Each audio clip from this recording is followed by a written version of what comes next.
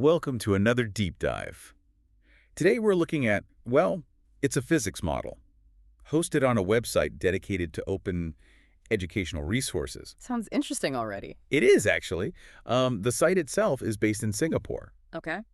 and this specific model uses, tracker software Yeah. to analyze a video of a basketball throw. Okay. I'm familiar with Tracker, so what's so special about this basketball throw? Here's the twist. Yeah. The video they're analyzing was actually taken in Thailand. Thailand. Okay, so we've got physics and travel all in one. I like it. Yeah, it's got a fun little combo. Yeah, it is. What caught my attention, though, just glancing at it, was how they handled some of the real-world conditions. They had to account for a shaky camera, Right. and they even had to adjust the video's frame rate to get accurate results. It's not just a simple textbook problem here. Okay, so let's break this down a little bit for our listener. For those who aren't familiar with Tracker, it's a free video analysis tool, right?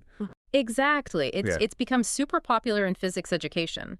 You can basically track an object's path frame by frame and then use that to calculate things like velocity and acceleration. Gotcha. So all those key physics concepts. All those fun physics concepts, yeah.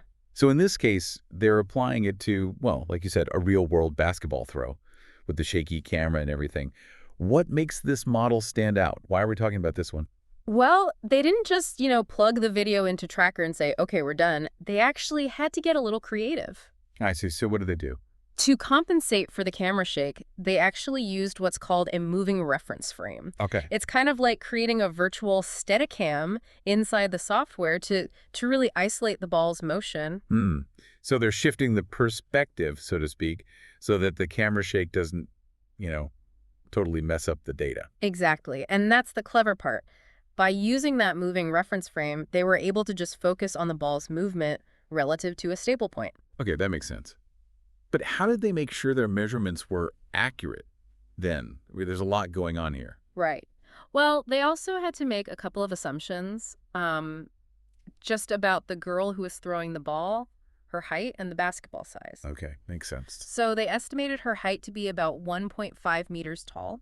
Okay. And they used the standard diameter of a basketball, which is 0.27 meters. So they had to work with, the information they had available to them. Exactly. You got to make do. Right. But then there was also that whole frame rate thing, right? Ah, yes, the frame rate. So initially, Tracker detected the video at 30 frames per second. Okay. But when they ran the calculations, the acceleration due to gravity didn't quite line up with what we know it should be here on Earth. And that is. Roughly a 9.81 meters per second squared. So what did they do? Did they just say close enough?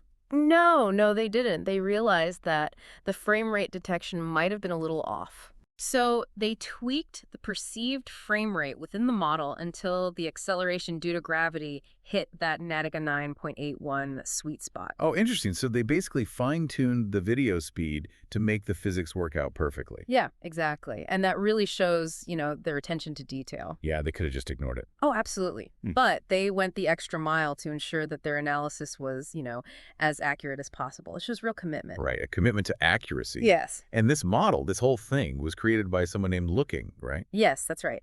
They shared this model on this website, which actually has a huge library of other physics simulations and resources, and they're all free to use. So it's not just a one-off project. It's not, no. It seems like it's part of a larger effort to, I don't know, make physics education more accessible. It seems that way, yeah. But before we kind of dive into those bigger implications, I'm curious, what were some of the key takeaways that you got from analyzing this specific basketball throw? Yeah. What did we actually learn about, the physics of it all? Yeah, so, they were actually able to calculate, the actual launch velocity and angle of the throw. Wow, okay. Yeah, so they found that the basketball left the girl's hands at about 6.5 meters per second, launched at an angle of roughly 55 degrees. Hold on, they got all that from just, analyzing the video. Pretty impressive, right? Yeah, it is. They were also able to map the entire trajectory of the ball, confirming that it followed that classic parabolic path we expect from projectile motion. So it wasn't just about confirming basic physics principles then. They actually extracted, real data about this specific throw. Right, exactly. So what does that tell us? It shows how we can use tools like this to go beyond the theoretical and get into the nitty-gritty of a real-world event. Mhm. Imagine the possibilities, especially for something like sports analysis. Right?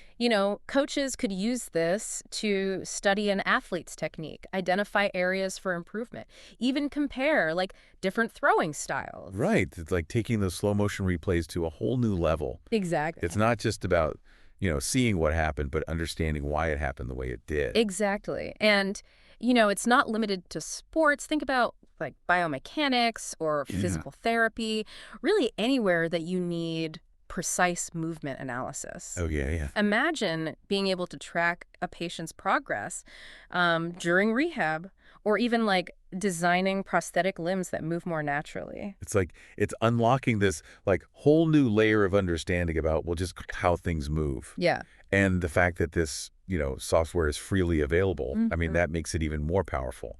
It's not just researchers or big institutions that can benefit from this. That's what's so exciting. It really puts, powerful tools in the hands of anyone with a computer and a smartphone. Students can use it to explore physics concepts on their own. Citizen scientists can analyze data from their own observations. The possibilities are huge. Right. It's like that whole maker movement, but for science. Exactly. It's about empowering people to become active participants in the scientific process. It's about breaking down those barriers between the scientific community and the general public, creating this more inclusive, collaborative approach to learning and discovery. Right. And it all started with this, seemingly simple basketball throw. But it's opening up so many interesting avenues. It makes you wonder what other seemingly mundane events we could be analyzing with this kind of depth. Absolutely. There's a whole world of hidden physics waiting to be explored in our everyday lives. It just takes a curious mind and the right tools. Yeah. And speaking of which, this amazing website with all these resources, it's based in Singapore. Oh, right. It's a testament to the global reach of open educational resources, isn't it? It really is. We have, researchers in Singapore creating tools that benefit students, educators, curious minds all over the planet. Yeah, it's powerful stuff. It really speaks to the potential of, open education to level the playing field and just make knowledge accessible to everyone. Absolutely. It's about creating a world where anyone, anywhere, can explore their curiosity, delve into complex topics, and contribute to the collective understanding of our universe. And this episode is a great example of that.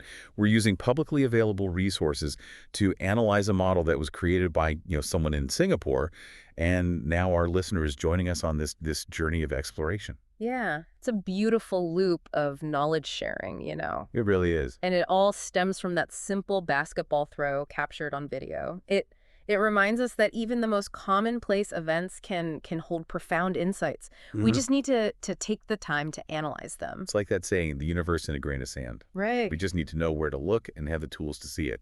And with tools like Tracker and resources like this website, the power to explore those hidden wonders is within everyone's grasp. So to bring this back to our listener, Mm. what's the one key takeaway you hope they walk away with from this deep dive? Well, I hope they realize that physics, it's not just something you learn in a textbook. It's alive. Yeah. It's happening all around us constantly.